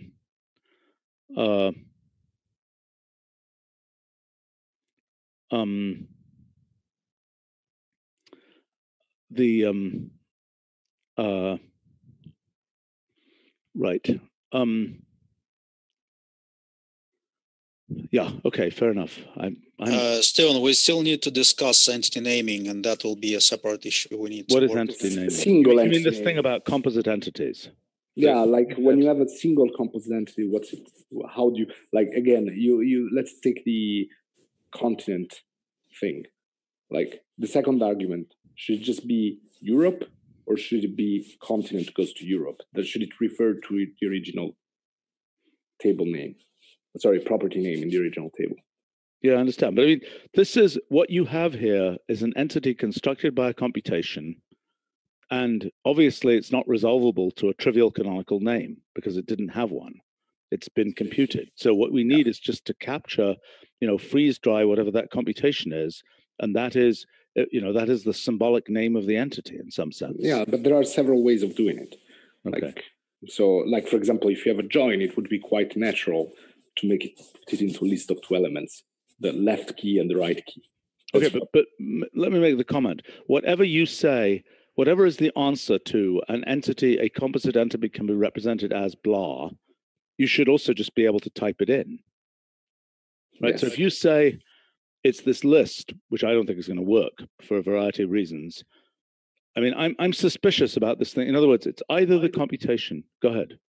No, yeah, what I was saying is that it's not, I mean, you can type it in, but there's no guarantee there is something existing that corresponds to what you typed in. No, I understand. But my point is, if you get to a computed entity by a computation, right? Then you say, oh, but there's another representation of that computed entity. My comment is, whatever that other representation is also a representation of the computed entity and should be also a way to do the computation. Yeah, I understand. But I think that there shouldn't be, I mean, given one computation, there shouldn't be more ways of representing it. Well, fine. But then you're already answering your question. That is, the computed entity, its representation, which might be visually presented in some different way, but its ultimate representation is full of joins and God knows what else. Yeah. Right? So then the only question is, visually, if that's the case and the entity is you know, some big complicated encrusted, you know, symbolic representation of a computation, then the only issue is how would one actually display that? We can make it into an orange blob of some sort with a plus where you can see what's happening. That's what I would think, which is very similar to the food situation, right? I mean, but the thing I don't like about the food, I think I'm obsessed with the food situation because I'm really hungry here. Okay, maybe you should go eat that. But what I think is that in the case of the food situation, I don't really like the. What's a good example of the food case? Just type interpreter. Yeah. No. What's a good food? Apple. I don't know. Apple pie. Oops. Apple pie with whipped cream. Is that going to work? Come on, wake up, do something. Why didn't that work?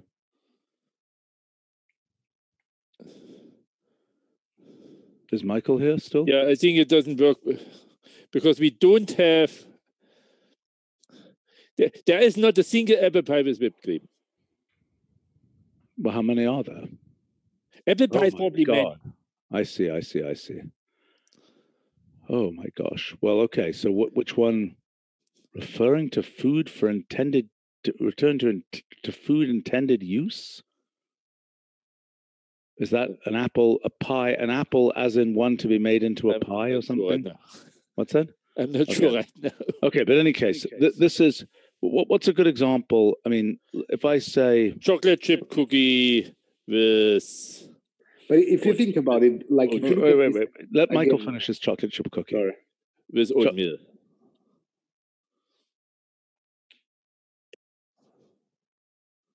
Okay. So now I press plus here, and I get all kinds of junk there. I mean, I think this is the type of thing that we'll want to do for these composite entities. Yeah, but if you think about it, like these things could now be represented. So what is this? This is foods aggregated by food type and source food type. Foods represented by what? Aggregated by food type and source food type.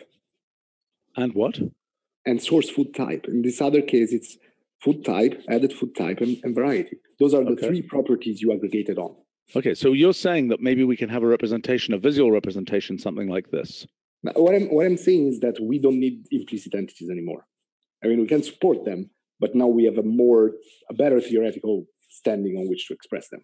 They are single entities after an aggregation. Somebody is suggesting that we have a future function, feed food to me. Yes, that is exactly in the symbolic discourse language that I'm trying to develop. I'm not sure if we can actuate it with robotics or anything, but at least we can represent the thought. Okay. In any case, go ahead. All right. I think we're. Was there anything else anybody wanted to add for this meeting? Perhaps that we need another meeting pretty soon. Yes, indeed. Before we forget what's going on. Tony's out for a week. Oh, okay. Well, we absolutely need Tony, so we will have to wait. Okay. Okay, somebody on the live stream is curious what we're up to in machine learning. As it happens, we have a machine learning meeting that is coming up in just a few minutes, and it is possible that we might be able to live stream that. I will investigate. Also, the same person, Swish, might be interested in coming at the summer school. It depends who they are. It's hard to tell from a live stream. We'd love to know more about people on the live stream, but because they said they were applying to careers. So okay. Well, the summer school is a good thing. And are you coming this year? Yes, and Ricardo as well. Okay, cool. Yeah. Okay. Well, thank you all, people in the meeting and people on the live stream. And to be continued, and we may in fact do another live stream very shortly for a machine learning status meeting that we have coming up. So thanks all. See you later. Thanks. Bye. Bye.